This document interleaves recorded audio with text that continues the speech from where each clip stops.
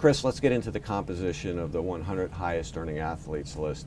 Americans dominate the list with 60, and when you get down to the sports, baseball has the highest number of athletes on the list, but no baseball player appears higher than 30. Why is that? I think a big part of that is sort of roster composition. These teams have to pay a lot of players a lot of money, and so it sort of gets divvied out among multiple players as opposed to a guy like LeBron James who can take a huge chunk of his team's salary spending.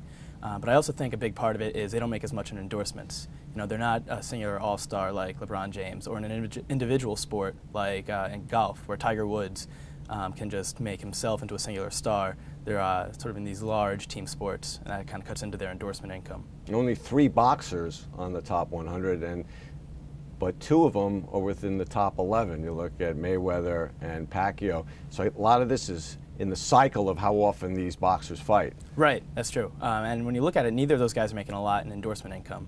In fact, Mayweather, #1 on the list, 0 in endorsement income, but he's making $105 million because of his draw in the pay-per-views when he fights during the year. And he blows away even #2, Cristiano Ronaldo, down at 80. You know, he's blowing him away. And if you look at some other countries that are represented on the list, of course, Spain, very heavy towards tennis. Right. Rafael Nadal, and the Dominican Republic has 4 representatives for Major League Baseball. Robinson Cano, of course, the highest earning player from the Dominican Republic on our list. One of the things surprised me, no hockey players. You know, you'd think that maybe a Henrik Lundqvist or Sidney Crosby or an Alex Ovechkin would be on the list. Why do you think there are no hockey players? Yeah, that's actually been the case for several years now, and it was close this year. Sidney Crosby just missed, I think it's about $16.5 million, less than $1 million off the 100th spot on the list. And I think it's just a case of hockey is still lagging behind the other big 4. And beyond the big 4, I mean, you see we have 10 sports on the list this year. It includes auto racing, cricket, golf, tennis, track and field with Usain Bolt.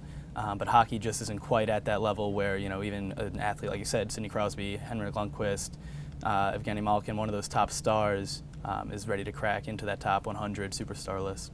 And if we look at the companies that make these guys rich, it's no surprise here that Nike's on the top, representing 48 of the top 100 athletes. Yeah. I mean, they just blow away everybody else in terms of competitors, almost twice as many as Adidas and Reebok. Right, especially between the Nike brand and the Jordan brand, which is also under Nike.